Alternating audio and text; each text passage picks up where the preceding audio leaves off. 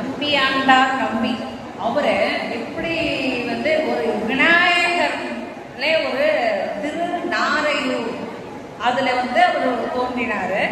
அவருடைய அப்பா அம்மா ஒரு பெரிய ஒரு நல்ல ஒரு குலத்துல பிறந்தவர். நல்ல குழந்தையா பிறக்கிறதுன்றது ஒரு தவம் செய்யணும் இல்லையா, நன்மக்களை பெறுதல் என்பது. அது மாதிரி ஒரு நல்ல ஒரு சிறந்த ஒரு ஆன்மீக தன்மை வாய்ந்த ஒரு குழந்தையை பெற்றெடுத்தாங்க. எப்படி வந்து ஞான சம்பந்தருக்கு சிவபாத ஹிருதயர் ஒரு சிவத்தை பரப்புவதற்காக வேணா எனக்கு ஒரு குழந்தை கொடுக்கணும்னு வேண்டி பெற்றாரா சிவபாத ஹிருதயர். சிவத்தை தழுவ சைவ சமயத்தை தடைய செய்வதற்காக ஒரு குழந்தை வேணும்னு கடவுளை வேண்டி விரும்பி பெற்றாரு. அது போல திருநாரையூர்ல அனந்தேச சிவாச்சாரியாருக்கும் கல்யாணி அம்மையாருக்கும் ஆதி சைவர் மரபுல வந்து தோன்றினார்களாம். அந்த ஊர்ல பொல்லா பிள்ளையார்னு ஒரு பிள்ளையார். அது பொல்லா பிள்ளையார்னா பொல்லாத பிள்ளையார் இல்ல, பொல்லா என்றால் புலி எடுத்து செதுக்காத பிள்ளையார். புலியில வந்து பொல்லாத இயற்கை சுயம் போன்றீங்களா, அது மாதிரி சுயம்பான ஒரு பிள்ளையார் பொல்லா பிள்ளையாருக்கு அவருக்கு பேரு.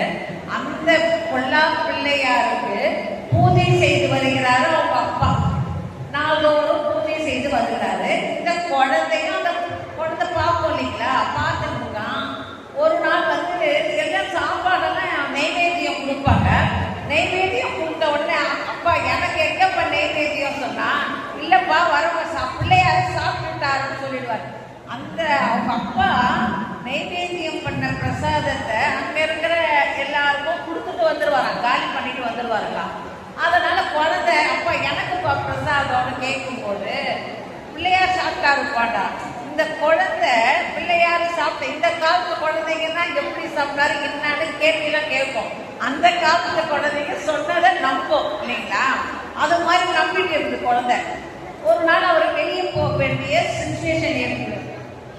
அதனால குழந்தை அவங்க அப்படிதான் நம்மெல்லாம் கூட வெளியூர் போகணும்னு வச்சுக்கோங்க, நம்மளுக்கு குழந்தைக்கு வீட்டுக்காருக்கு எல்லாருக்கும் அரேஞ்ச் பண்ணிட்டு வருவோம். ஆனா நம்ம வீட்டு பூஜை ரூம்ல இருக்கிற சாமிக்கு எதனா நம்ம அரேஞ்ச் பண்றோமா, அதை கண்டுக்கிறதே இல்லை. நாம பாட்டுக்கு நம்ம போயிடுறோம்.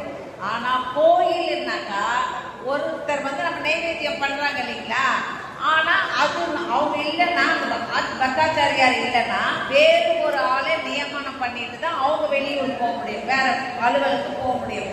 அதனாலதான் கோயிலுக்கு போய் சாமி கும்பிடணும். ஏன் வீட்டிலே இருந்தா கும்பிடக்கூடாதான்னு சொல்லி கேட்பாங்க. வீட்லயே இருந்தோம்னா நம்ம அந்த சாமிக்கு நம்ம டெய்லி நைவேத்தியம் பண்றோமா, இல்லை நம்ம வரைக்கும். ஆனா கோயில்ல 3 வேளையும் சுவாமிக்கு நைவேத்தியம் திருவாராதனை அபிஷேகம் ஆரத்தி எல்லாம் பண்றாங்க. அதனால கோயில்ல சுவாமி குடியிருக்கும். அதனாலதான் கோயிலுக்கு போய் சாமி கும்பிடுறது தெரியுதுங்களா. வீட்லயே இருந்து கும்பிட்டுக்கலாம், சாமி எங்கேயும் இல்லை, நம்ம எல்லா இடத்துலயும் தான் இருக்கிறோம் சொல்லுவாங்க இல்லைங்களா வீட்டுல. அதுதான் காரணம். அந்த மாதிரி ஒரு நாள் அவர் வெளியே போகும்போது தன்னுடைய குழந்தைய எப்பா நீ வந்து இன்னைக்கு வந்து பார்த்துக்க, ஒரு 2 நாள் பார்த்துக்கோப்பா, நான் போயிட்டு வந்துடுறேன். சரின்னு இப்படி நான் தெரிவாங்க. அந்த பிரசாதத்தை எடுத்துக்கிட்டு போறாங்க. குழந்தை அவனுக்கு தெரிஞ்ச அபிஷேகம் எல்லாம் பண்ணிட்டு சாப்பாடை வச்சு நெய்வேத்தியம் கொடுத்தாங்க. அம்மா சாப்பாடு வச்சுட்டு பிள்ளையாரே சாப்பிடு, பிள்ளையாரே சாப்பிடாங்க. எந்த பிள்ளையாரும் எந்த காலத்துல சாப்பிடுது, அந்த மாதிரி சாப்பிட்டாங்க. நம்ம பிரசாதம் செஞ்சு வைப்போமா, எல்லாம் கண்டவர்கள் தான் பார்க்க வச்சுட்டு நம்ம சாப்பிட்டுக்கிறோம் இல்லைங்களா.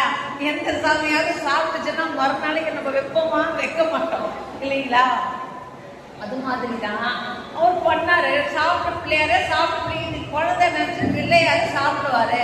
நாம ஏதோ தப்பு செஞ்சிட்டோம் போல இருக்குது, அதான் பிள்ளையார் சாப்பிட மாட்டேங்கிறாருன்னு சொல்லிட்டு குழந்தை அழுறான். அழுத உடனே சுவாமி பாக்குறாரு, இன்னும் இந்த பிள்ளை எப்படி அழுகுத சொல்லிட்டு பண்ணி கண்டு அப்பயும் அவரு பிரசாதத்தை சாப்பிட்ற மாதிரி இல்லை. அவர் என்ன பண்றாரு, கொஞ்சம் நாள் அழுது இழுந்து பார்த்துட்டு நம்ம அப்பா திட்டுவார், வீட்டுக்கு போனா திட்ட போறாங்க, அம்மா திட்டுவா, இது பிள்ளையார் சாப்பிடல, நாம ஏதோ தப்பு செஞ்சுட்ட போல இருக்கு சொல்லிட்டு அப்பா எனக்கு வீட்டுக்கு போனா அம்மா எனக்கு திட்டுவாங்க, இவ்வளவு நாள் எங்க அப்பா கொடுத்தா சாப்பிட்டீங்க இல்ல, இப்ப சாப்பிடுங்க, இல்லைன்னா நான் மண்டையை உடச்சிக்குவேன் சொல்லிட்டு தலைய போய் முட்டிக்கு போறான். முட்டிக்கிட்டு சாகிறதுக்கு போற மாதிரி போறான். போன உடனே நம்பி பொறு, நம்பி பொறு. நம்பி என்றால் எல்லோ கலைகளில் சிறந்தவன் என்று பேர்.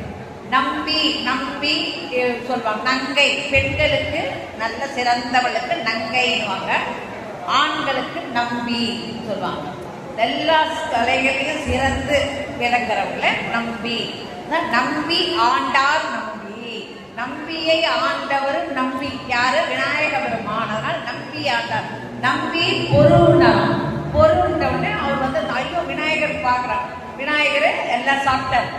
சாப்பிட்டு முடிச்சோடனே வீட்டுக்கு போறான். வீட்டுக்கு போனோடனே அம்மா சொல்றாங்க, என்னங்க எங்களா பிரசாதம்? இல்லம்மா சாமி சாப்பிட்டாரு. இந்த பையன் எப்படி சாமி சாப்பிட்டாரு சொல்றாங்க, பொய் சொல்றாங்க சொல்லிட்டு அவங்க அப்பா வீட்டுக்காரர் வராது. 2 நாள் கழிச்ச உடனே அவரு வருவாரு. வந்த உடனே அப்பா அந்த மாதிரி அந்த பையன் பொய் சொல்றான், சாப்பிட்டாரு சாமி சாப்பிட்டாருன்னா என்னன்னு கொஞ்சம் கேளுங்க. அவன் வந்து அப்பா கேட்கிறாரு மகன் கையில, என்னப்பா தம்பி என்னாச்சு? விநாயகர் சாப்பிட்டாரு. ஆமாப்பா விநாயகர் தான் சாப்பிட்டாரு. சரிப்பா நீ வா நான் பார்க்கலாம் சொல்லிட்டு அவரும் கூப்பிட்டு போறாரு. கூப்பிட்டு போய் அந்த பிரசாதத்தை வைக்கிறாரு. வச்சுட்டு பிள்ளையரப்பா சாப்பிட கம்முன்னு இருக்காரு. அப்பா பிள்ளையரப்பா நான் சொல்லி நீங்க அவருக்கு சாப்பிட்டீங்க,